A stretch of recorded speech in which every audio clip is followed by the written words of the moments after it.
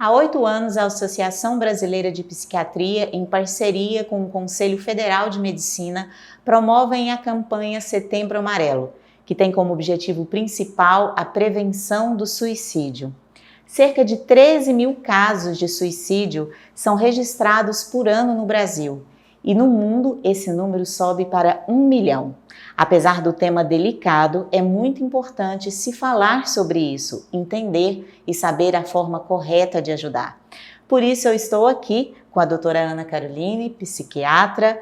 Muito obrigada por ter aceito o nosso convite e nós vamos conversar um pouquinho a respeito disso.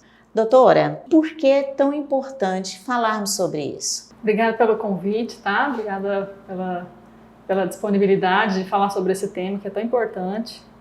A nossa grande luta é pela simples razão, é possível prevenir.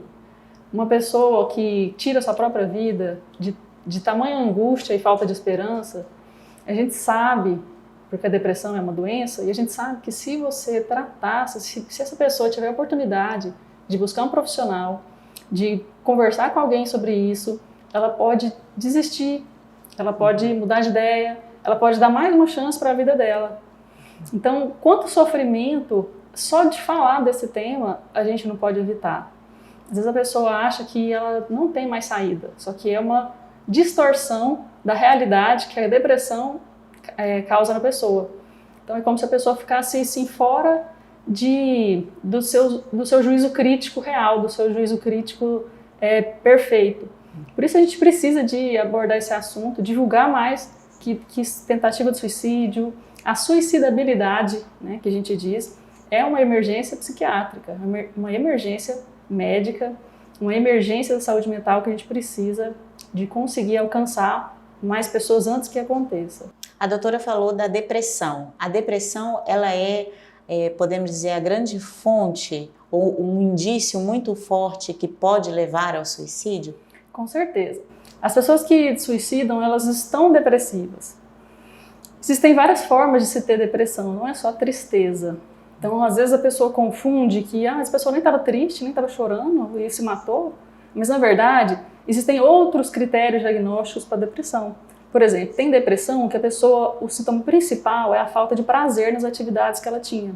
Então, por exemplo, a pessoa gostava de sair com os amigos, agora ela não gosta mais. A pessoa gostava de cuidar das plantas, agora não gosta, gostava de fazer alguma atividade física. Aí ela foi deixando de fazer as coisas que ela gostava, foi desanimando.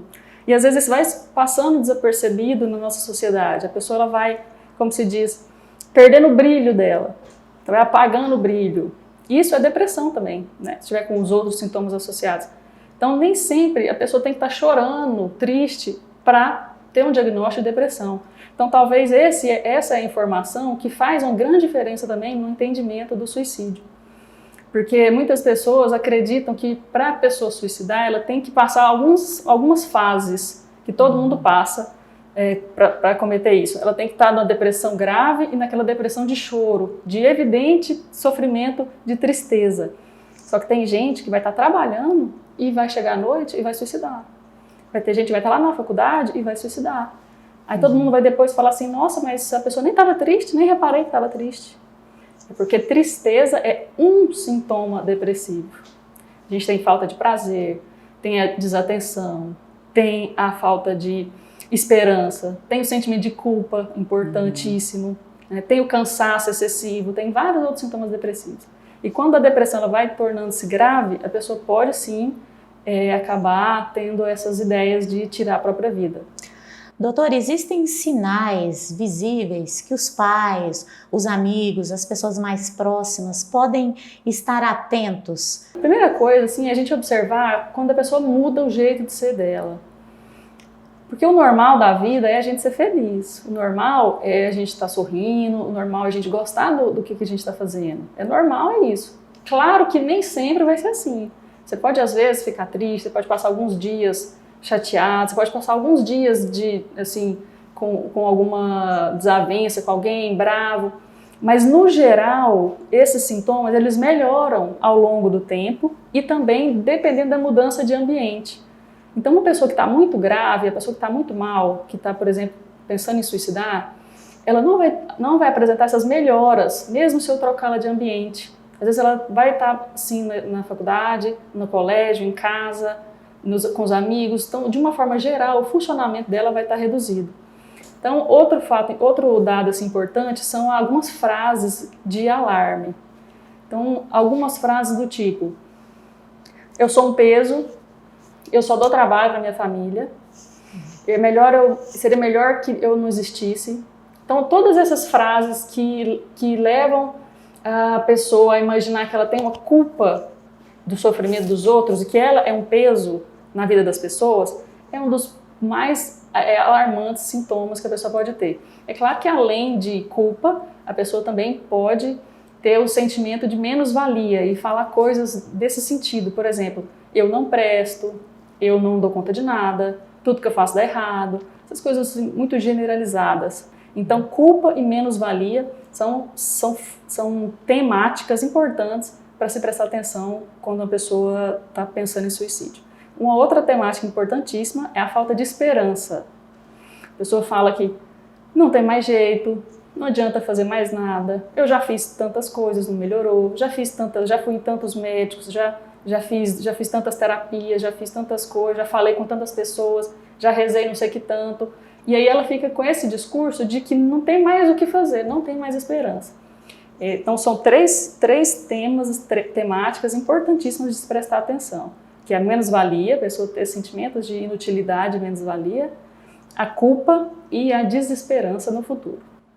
Pegando um gancho no que a doutora falou, essas frases, né, eu já rezei tanto, eu já tentei, ou eu não sirvo para nada, isso infelizmente, culturalmente, às vezes é visto como fraqueza, drama, falta de Deus, e como isso pode ser prejudicial, arriscado? Isso foi uma coisa muito interessante, que às vezes algumas palavras, algumas frases, elas podem até ser ditas de um sentido de ajuda, mas não é. Por exemplo, a pessoa quando conta uma coisa ruim, está triste, aí o outro, ao invés de escutar, fala assim: ah não, para com isso, não, para com isso daí acontece com todo mundo, não, eu já passei por isso aí também. Só que a pessoa às vezes até está com a intenção boa de colocar a outra para cima, de dar força, mas quem está com depressão, a pessoa precisa de ser ouvida, ela precisa de ser acolhida. Essa palavra é muito importante, o acolhimento do sentimento, da situação, ela precisa se sentir acolhida e não julgada pelos entes queridos. Então, por exemplo, se uma pessoa fala: ah, eu estou muito triste hoje porque aconteceu isso. Se você quer ajudar, não menospreza, não minimiza o que a pessoa está sentindo. Você pergunta: o que você está sentindo? Deixa a pessoa falar. Fala: o que você está sentindo? O que está gerando aí dentro de você? Isso é um gesto de amor, né? Então, às vezes a gente tem essa dificuldade de conversar, de dialogar, e acaba cortando o assunto, não deixa a pessoa falar. A pessoa começa a falar, aí para você não ver a pessoa sofrendo, porque você acha que você está ajudando, se você não deixar ela falar, você já corta, aí ela fica reprimida. Aí ela não tem com quem conversar, não tem com quem falar, porque ela começa a abrir a boca para falar que está triste, alguém já vem e já corta e fala: não fica assim não, vou fazer alguma coisa. E o que acontece? A depressão não é voluntária, não é porque a pessoa quer, ninguém quer ficar depressivo, né? Se você estiver em sã consciência. A pessoa não quer ficar depressiva, só que é uma questão biológica. É igual você querer que um hipertenso não tenha pressão alta e você ficar assim com o hipertenso. Vamos, hipertenso, abaixa a pressão e vamos lá, diminui sua pressão está muito alta hoje. Não adianta, a pressão, se você não fizer o tratamento da pressão alta, a pessoa vai continuar com a pressão alta. A depressão é assim, é como você querer que um carro ande sem gasolina. Isso é biológico. Então, essa produção de serotonina, ela tem que ser organizada com a medicação, com a terapia e com as outras estratégias não farmacológicas. Então, como que você vai lidar com uma situação tão grave, que é biológica, que envolve neurotransmissor, só querendo, assim, dar força para a pessoa, por si só, levantar? Ela não vai conseguir.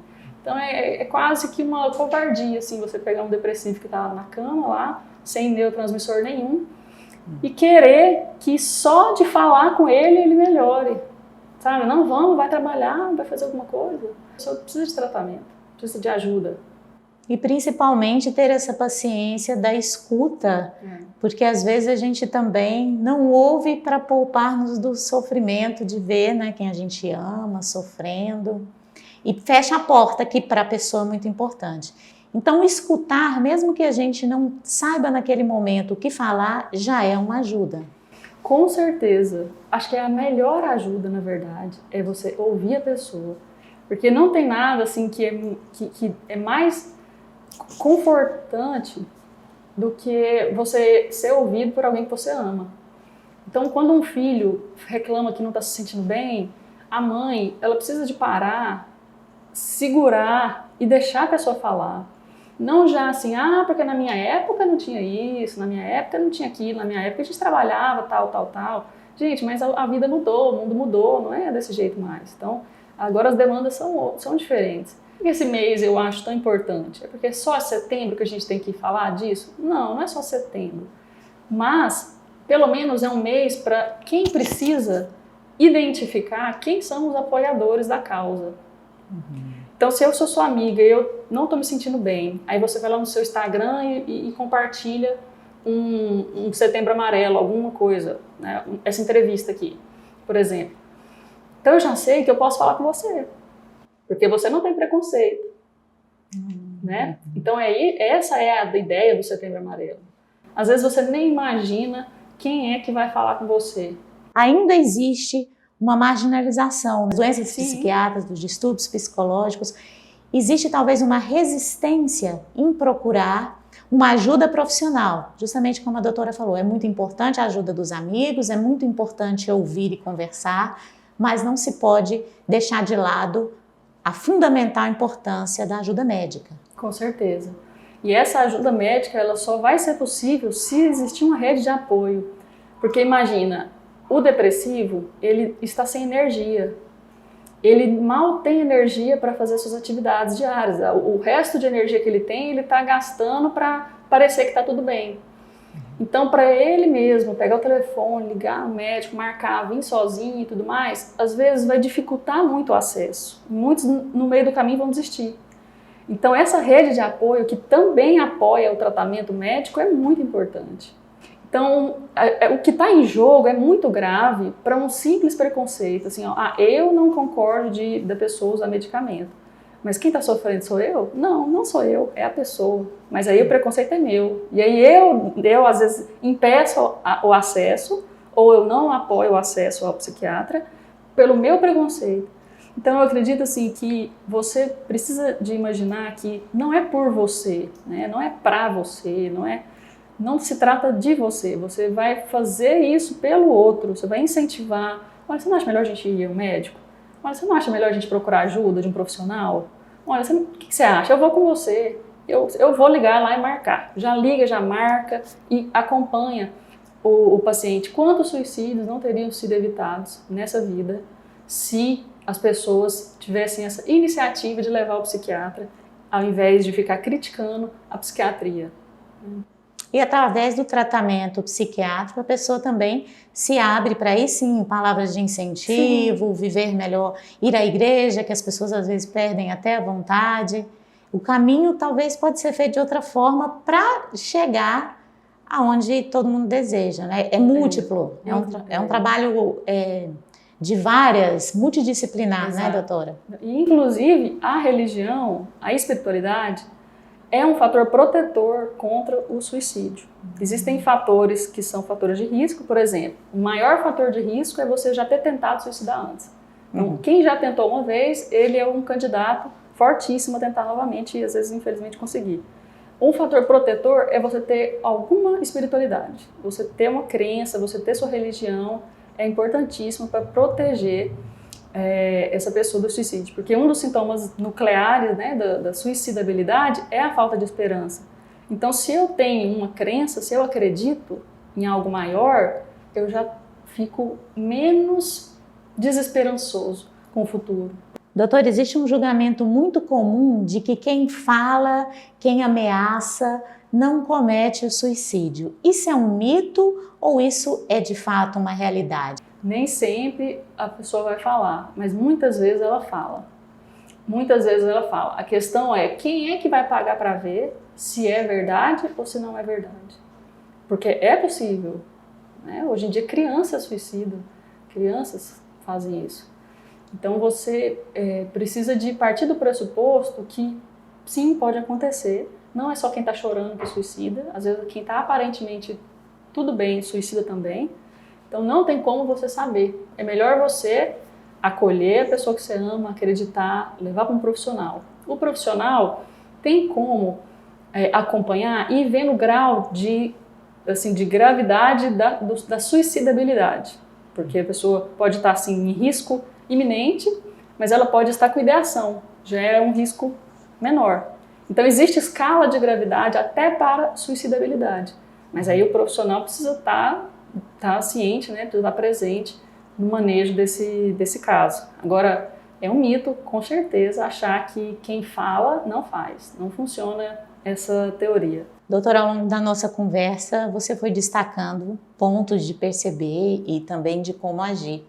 Mas já encerrando a nossa conversa, eu queria que a doutora falasse quais formas pode se ajudar, quando ajudar. Uma coisa que é muito importante é que essa preocupação, apesar da gente estar no destaque nesse mês de setembro, ela deve ser contínua. Com certeza, sim. Olha, o que eu tenho de principal assim, para dizer para as pessoas que vão ver essa entrevista em algum momento da vida, quem sabe vai ser no momento que ela está mais precisando de escutar. Não custa nada você escutar a pessoa, não custa nada você apoiar, não custa nada você não criticar, não custa nada você não falar mal de quem vai ao psiquiatra, não custa nada você não reclamar porque tem alguém tomando algum medicamento, porque é a vida dele. Se algum profissional prescrever, é porque deve estar precisando. Então, eu acredito que esse mês de setembro, esse ano inclusive, está sendo muito especial pela situação que nós estamos vivendo, porque os índices de suicídio, infelizmente, no último ano aumentaram consideravelmente, não só de pessoas que perderam outros familiares com coronavírus, mas a depressão aumentou, a ansiedade aumentou, os profissionais da área da saúde, médicos suicidando.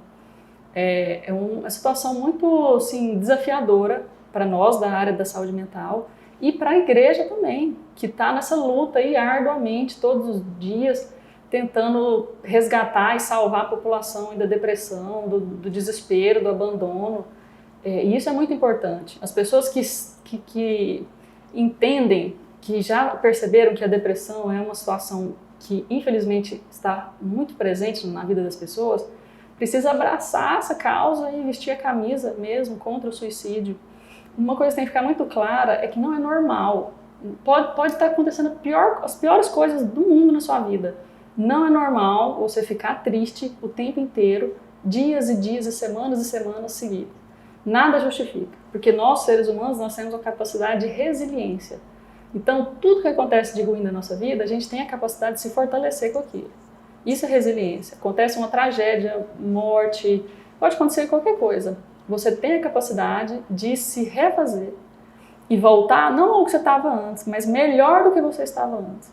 Eu acho muito importante, diante dessas palavras também, doutora, ouvir um pouquinho você, para essas pessoas que estão nos assistindo, às vezes estão em casa, estão sentindo aquela tristeza, que elas não estão sozinhas e que esse sentimento pode mudar e que ela precisa de ajuda, não ter esse medo, né, como você falou. Ela não é mais fraca que os outros, nem menos importante. Não é vergonha para ninguém você procurar ajuda. Na verdade, é um ato de coragem, né? Coragem para você continuar lutando pela sua vida e mais, é um ato de amor pelas pessoas que amam você. Às vezes você precisa, tem 1000 pessoas ao seu lado falando para você procurar ajuda e você está aí falando que não quer, que não vai, que não precisa. Olha, se todo mundo está falando uma coisa e só você acha outra, é melhor você dar um voto de confiança para as pessoas que gostam de você. E fazer isso, às vezes, não só por você, mas por elas. Até porque se você está triste, se você está deprimido, você nem vai querer fazer isso por você mesmo. Porque sua baixa estima está ruim, você está com sentimento de culpa, você está achando que você é um peso na vida deles. Às vezes você está achando que é melhor até você morrer. Tá? O que eu tenho para te falar é o seguinte, isso é da depressão. Esse sentimento, esse pensamento de que morrer é a melhor saída e a única saída, isso é um pensamento da depressão. Isso é um pensamento que a doença coloca na sua cabeça, mas não é a realidade.